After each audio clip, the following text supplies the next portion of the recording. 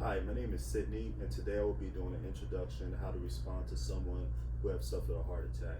As we know, a heart attack is basically when a heart is being deprived of oxygen and the other body parts are not getting any oxygen flow. So what will happen is, as a result of that, the person can actually become unconscious due to something called cardiac arrest. So my demonstration to you today, will be on CPR, a skill set that we use in the United States. Many people are being trained on through an organization called American Heart Association to help more people learn how to respond to this, because as we know, cardiovascular disease, especially in the United States, ranks within the top 10 of chronic infectious diseases. So right now, I'm about to begin. Now, in front of you right now, say this is my mannequin, and for training purposes, we're going to name my mannequin. We're going to name the mannequin Annie, okay?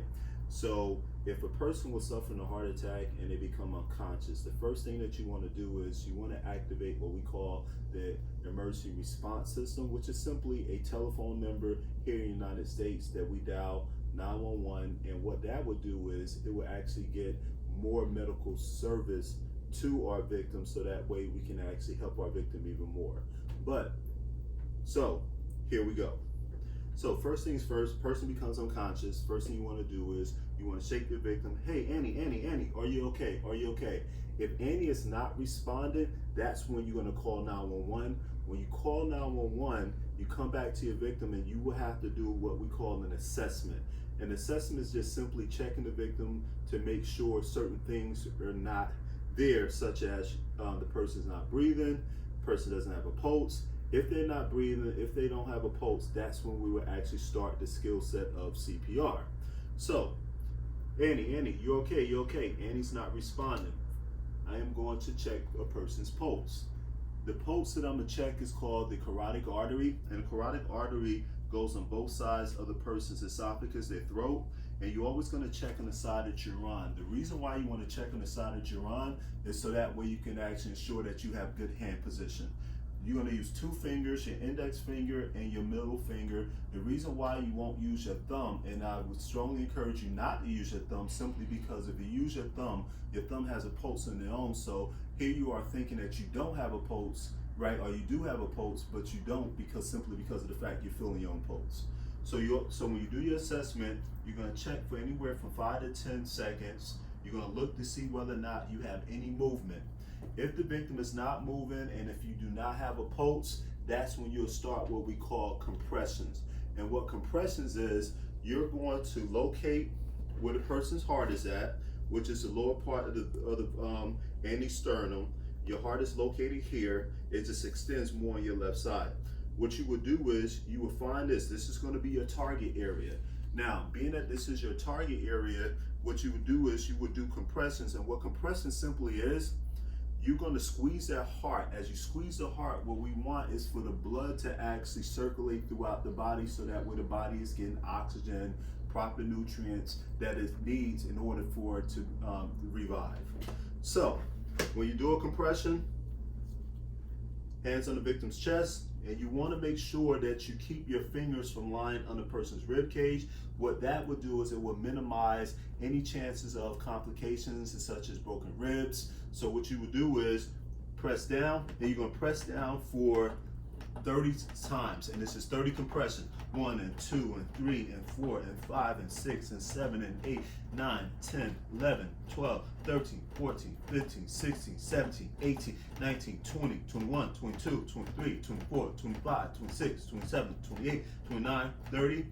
Once you do your 30th compression, we're going to add another component to it. It's called ventilation. And what ventilation does is it's going to reoxygenate, fill the lungs up with oxygen, so that way as you're doing a compression, it's pushing oxygenated blood throughout the body. So what would you do? We have to establish the airway first, and how will we do that? Place one hand on the forehead, other hand under the chin, and we're going to do what we call the head tilt chin lift.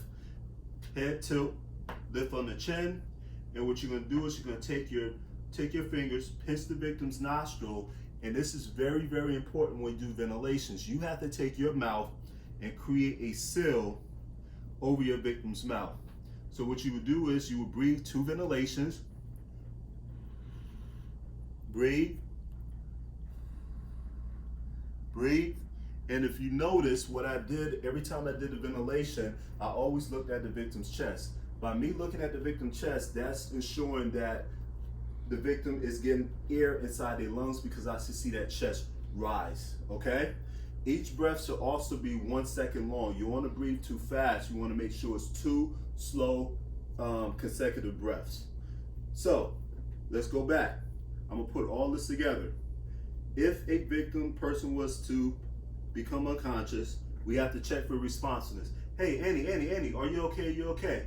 Call 911. Once you call 911, you come back, you do an assessment.